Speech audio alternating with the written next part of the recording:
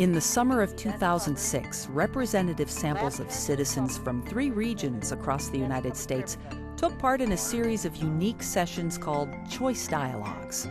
Citizens spent an entire day trying to reach common ground on some difficult challenges facing our country. While polls and focus groups provide a snapshot of public opinion, ChoiceDialogues go farther, analyzing how public opinion evolves as people connect the dots on complex issues. Citizens quickly agreed that the national debt should be stabilized and, if possible, reduced. This became the bottom line against which they judged all other choices as they worked through a range of national issues. Social Security shouldn't be relied upon for existence. So the safety net is more of a backup plan, is more of a supplement to whatever other forms of investment that you have. I'd rather bet on myself than bet on the Social Security being there with all the talk that it might not be there at all by the time that I'm about to retire. The last 12 months or so is when you spend the most of your money on Medicare. So we discussed, doing hospice care and things of that nature.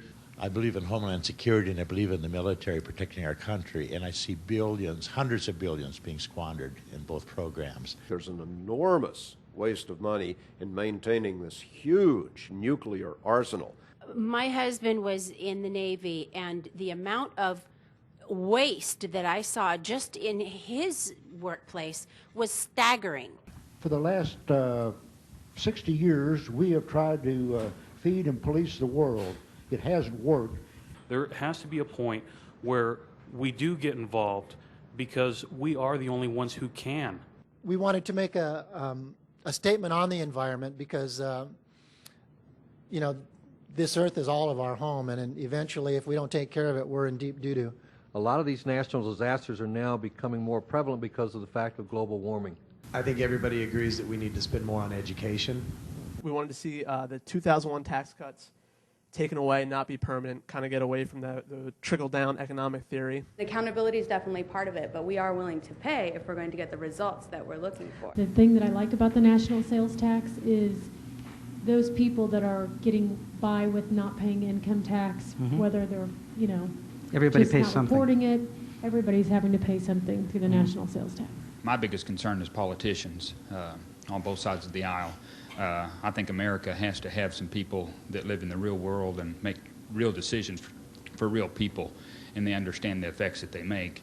I have no faith in either side of the aisle there. I do have faith in America and Americans, and I think it's time for us to take it back.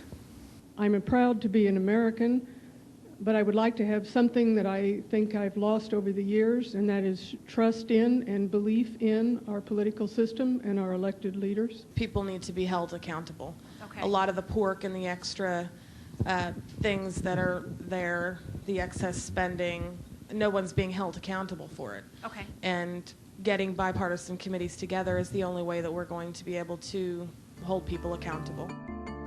At the end of each dialogue, participants reflected on what they learned over the course of the day and on what they thought was most important or surprising. I think one of the most important things I learned today is people are ready for change, and it was enlightening to hear about some of the ways change can happen and how they can be beneficial to everyone. The most surprising thing is just how quickly and easily we came to the consensus. I feel a little bit more comfortable knowing that I'm not alone as far as thinking about generations beyond myself. The most surprising thing that I learned was that there was so much support for raising of taxes, because in campaigning that seems like, the worst thing you can say is that you want to raise taxes. The thing I found most surprising is that people here are willing to take tax increases. I thought I was one of the very few willing to stand up and say, hey, take mine first as long as you take everybody's. Through decades and decades of corruption, fraud, waste, and abuse, we as Americans no longer trust you, and we want to watch everything you do now. If a group of 36 diverse people can come to agreement on 4 issues in 8 hours, then surely Congress can do better than that in 2 to 6 years. Well, I've been hearing for several years now about what the American people think through the media or what politicians say, and I've become very depressed about the whole thing and feeling like I'm not even part of this country. And today, I'm finding that that's not true, and that actually people with different beliefs can get together and actually come to some consensus decisions without animosity. And it's renewed my faith in the citizens of this country. And if the citizens of this country can do it, then why can't our politicians in Washington do it?